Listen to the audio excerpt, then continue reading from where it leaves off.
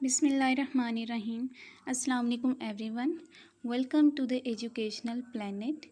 सो dear students, आज से हम 10th क्लास की फ़िज़िक्स स्टार्ट करेंगे, बिल्कुल बेसिक से, फर्स्ट यूनिट से, जो कि हमारे पास unit 10 simple harmonic motion and waves.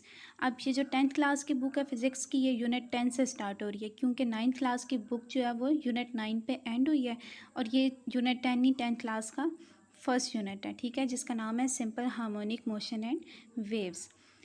अच्छा डियर स्टूडेंट्स, आज हम इसका बेसिक कंटेंट डिस्कस कर लेते हैं और बेसिकली इंट्रो डिस्कस करेंगे इंशाल्लाह आज की इस वीडियो में। तो सबसे पहले हम देख लेते हैं कि हम इस चैप्टर में पढ़ेंगे क्या क्या, ठीक है। अब हमें टॉपिक के नेम से ही क्लियर हो जाता है कि है क्या इसमें।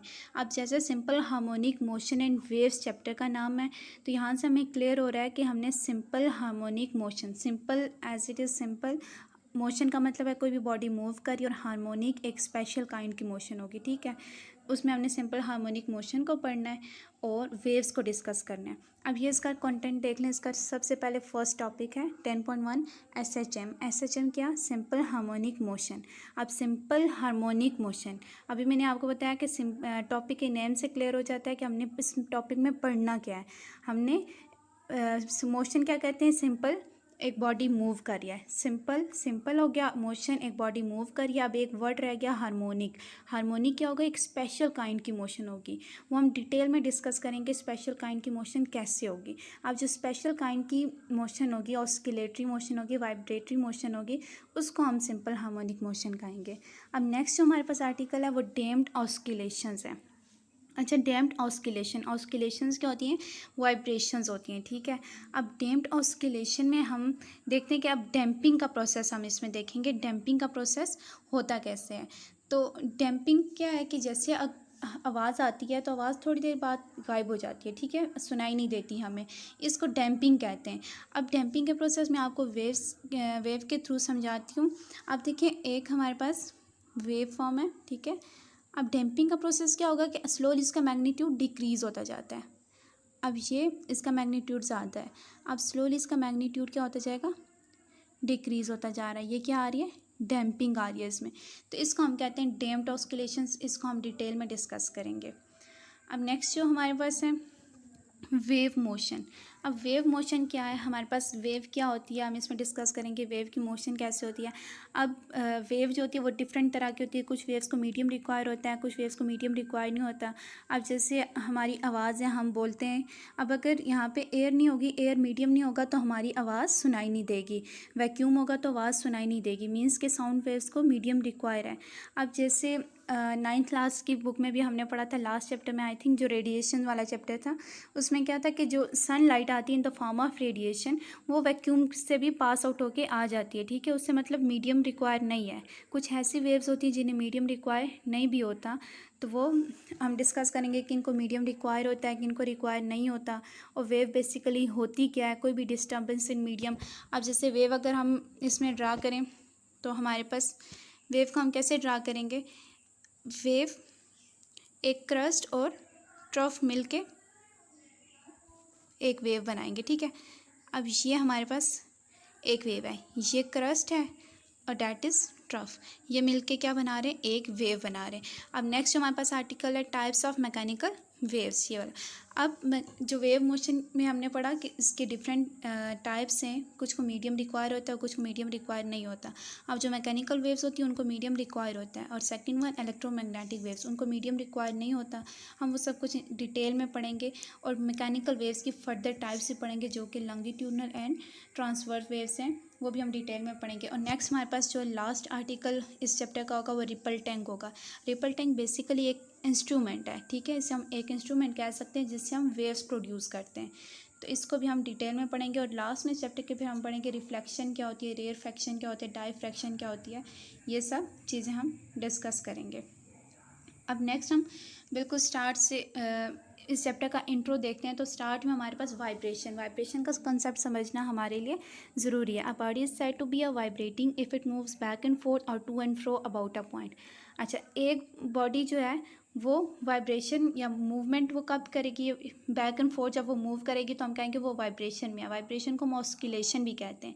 अब जैसे अगर हम वाइब्रेशन के एग्जांपल लेते हैं, हम कोई भी फोर्स एक्सर्ट करते हैं ना किसी बॉडी पे, तो बॉडी मूव करेगी बैक एंड फोर्थ या टू एंड फ्रो।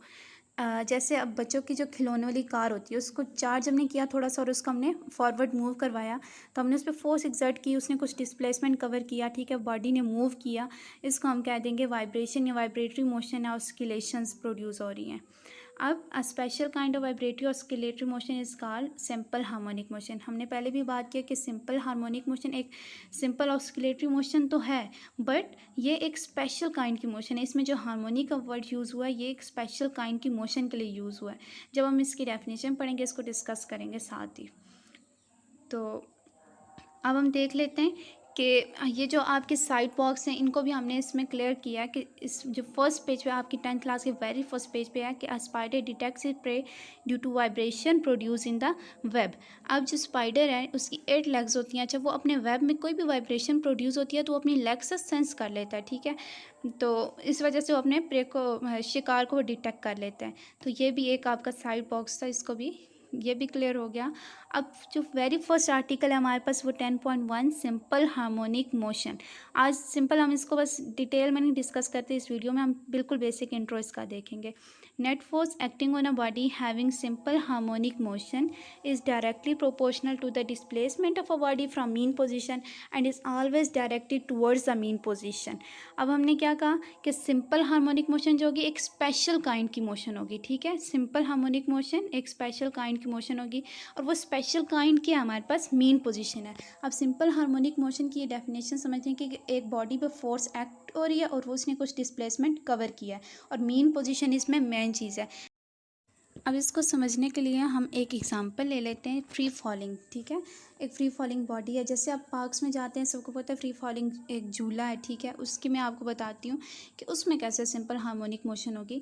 जैसे ये इसका साइड स्टैंड है, ठीक हो गया, और यहाँ पे हम कह लेते हैं दरमियान में एक ट्रेन टाइप कह लें, ठीक है। अब इसकी सिंपल हार्मोनिक मोशन कैसे होगी। अब ये ट्रेन है, ये अपनी इसकी ये क्या है, मेन पोजीशन है, ये क्या पोजीशन है इसकी, मेन पोजीशन है। अब ये ट्रेन यहाँ से इस मेन पोजीशन से क्या यहाँ पे मूव करेगी, एक एक्सट्रीम पोजीशन पे जाएगी, इसको हम लेट्स सपोज ए कह देते हैं। इस एक्सट्रीम पोजीशन पे जब जाएगी यहाँ पे जो है इसमें स्प्रिंग लगा हुआ है, ठीक है, इसमें क्या होगी, फोर्स होगी वो रिस्टोर हो जाएगी, फोर्स स्टोर होती जाएगी। अब जो फोर्स स्टोर हुई है ना इसकी वजह से ये वापस क्या होगा, ये ट्रेन वापस अपनी मेन पोजीशन से हुए न्यू एक्सट्रीम पोजीशन पे चली जाएगी। न्यू एक्सट्रीम पोजीशन हम लेट्स सपोज कह देते हैं बी। इसी तरह क्या होगा, यहाँ पे स्प्रिंग है, इसमें फोर्स जो होगी स्टोर हो जाएगी, उसकी वजह से ये वापस जो है मेन पोजीशन पे आएगी, मेन पोजीशन से होते हुए एक्सट्रीम पोजीशन पे चली जाएगी। अब ये जो इस ट्रेन की मोशन है ये क्या है, सारी एक मेन पोजीशन के अराउंड है। अब ये to and back and forth motion तो है, बट ये क्या मेन पोजीशन के अराउंड है। तो हमने सिंपल हार्मोनिक मोशन में क्या कहा था कि एक स्पेशल काइंड की मोशन है जो कि अपनी मेन पोजीशन के अराउंड होगी, मतलब एक स्पेशल काइंड क्या मेन पोजीशन उसकी स्पेशल काइंड है जो कि अपनी मेन पोजीशन के अराउंड एक बॉडी मूव करेगी, उसको हम सिंपल हार्मोनिक मोशन बोलेंगे। जैसे और भी बहुत सारी एग्जांपल्स हैं, जैसे स्विंग की एग्जांपल ले लें। अब ये स्विंग है, पेंग पेंग जो होती है झूला जिसे हम बोलते हैं। अब ये जो झूला भी है ये भी जब हम इसको मूव करवाएंगे तो ये भी अपनी एक मीन पोजीशन के अराउंड ही मूव करेगा, ठीक है, मीन पोजीशन से ही होता हुआ ये बार बार मूव करेगा, अपनी मीन पोजीशन से होते हुए एक्सट्रीम पोजीशन पे जाएगा और फिर वापस मीन पोजीशन पे आएगा। तो सिंपल हार्मोनिक मोशन को समझने के लिए ये कंसेप्ट हमारे लिए इम्पॉर्टेंट है। यहाँ पे हमने जो स्पेशल काइंड है वो डिस्कस कर ली, वो क्या है, मीन पोजीशन है हमारे पास स्पेशल काइंड। अब सिंपल हार्मोनिक मोशन टॉपिक को समझने के लिए हम कुछ एग्जांपल चूज़ करेंगे, कुछ एग्जांपल हमने डिस्कस करनी है इस टॉपिक के अंदर। वो कौन कौन सी, mass attach to spring, ball and ball system and motion of simple pendulum और बॉब अटैच टू स्प्रिंग। अब मैस अटैच टू स्प्रिंग जो है, अब स्प्रिंग हम कहते हैं कि एक स्प्रिंग ले लेते हैं, ठीक है, स्प्रिंग आपको पता है कि कैसा होता है, किस शेप का होता है स्प्रिंग। हम एक स्प्रिंग ले लेंगे, ये ऐसी वाली शेप का स्प्रिंग होगा, ठीक है, वो एक फिक्स स्पोर्ट के साथ अटैच होगा। स्प्रिंग जो है वो फिक्स स्पोर्ट के साथ अटैच होगा और उसके एक एंड पे मैस अटैच होगा। तो हम फिर इस टॉपिक में ये पढ़ेंगे कि इसकी मोशन को जज करेंगे कि इसकी मोशन कैसी है, इसकी मोशन सिंपल हार्मोनिक मोशन कैसे है, वो हम डिटेल में डिस्कस करेंगे। अब सेकंड एग्जांपल है हमारे पास बॉल एंड बॉल सिस्टम की एग्जांपल है। अब ball and ball system, ball हम कोई सा भी बॉल ले सकते हैं, लाइक आइसक्रीम बॉल ले लिया। अब बॉल जो है हमारे पास, इसकी ये बॉल पे हम फोर्स एक्सर्ट करेंगे, ये मीन पोजीशन से होते हुए कहाँ जाएगी, एक्सट्रीम पोजीशन पे जाएगी। बट इसमें भी मीन पोजीशन क्या है, बहुत इंपॉर्टेंट है। ये जो मीन पोजीशन है ये भी अपनी मीन पोजीशन के अराउंड ही मूव करेगी। अब जब हमने इस पर फोर्स एक्सर्ट की इस बॉल पे, इसने कुछ डिस्प्लेसमेंट कवर किया, क्या किया, कुछ डिस्प्लेसमेंट कवर किया, और फोर्स होगी उस डिस्प्लेसमेंट के डायरेक्टली प्रोपोर्शनल होगी। जितनी फोर्स हम अप्लाई करेंगे उतना डिस्प्लेसमेंट कवर होगा, और ये सारा काम किसके अराउंड होगा, मीन पोजीशन के अराउंड होगा। अब नेक्स्ट एग्जांपल है हमारे पास मोशन ऑफ सिंपल पेंडुलम या बॉब अटैच टू स्ट्रिंग। अच्छा, एक हमारे पास स्ट्रिंग, कोई भी धागा ले ली, रस्सी ले ली, अब उसके साथ हमने, ये भी एक फिक्स बोर्ड के साथ अटैच है, उसके साथ हमने एक बॉब लगा दिया। अभी फ़िलहाल ये क्या है, इसकी मीन पोजीशन है।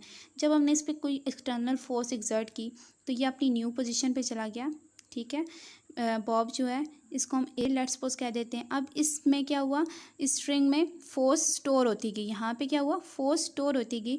अब ये इस जो फोर्स स्टोर हुई है इसकी वजह से वापस मीन पोजीशन पे आएगा, और यहाँ से होता हुआ न्यू एक्सट्रीम पोजीशन पे चला जाएगा। यहाँ पे स्टॉप नहीं करेगा ड्यू टू इनर्शिया, वो भी हम डिटेल में डिस्कस करेंगे क्या फिनोमेना है वो सारा। तो ये भी अब जो इस बॉब की मोशन है, मोशन ऑफ पेंडुलम, ये भी एक सिंपल हार्मोनिक मोशन है। क्यों, क्योंकि ये मीन पोजीशन के अराउंड ही सारा काम हो रहा है। तो सिंपल हार्मोनिक मोशन में जो मेन चीज़ है वो हमारे पास क्या, मीन पोजीशन। इसी वजह से हमने कहा एक स्पेशल काइंड की मोशन है। टू एंड फ्रो मोशन तो होगी, बैक एंड फोर्थ मोशन तो होगी, बट वो क्या होगी, मीन पोजीशन के अराउंड होगी। अब इंशाल्लाह नेक्स्ट वीडियो में जो है, नेक्स्ट लेक्चर में हम इन टॉपिक्स को डिटेल में डिस्कस करेंगे, मैस अटैच टू स्प्रिंग को भी, बॉल एंड बॉल सिस्टम को भी, एंड सिंपल पेंडुलम को भी, और बाकी लेक्चर्स भी क्लियर करेंगे इस चैप्टर के। और होप सो आपको ये समझ आ गई होगी। अगर कोई क्वेश्चन है, आपको कोई भी क्यूरी या कहीं पे भी कोई मसला है, कोई चीज़ समझ नहीं आई, तो आप कमेंट्स में मुझसे पूछ लीजिए। सो स्टूडेंट्स, थैंक यू, अल्लाह हाफिज़।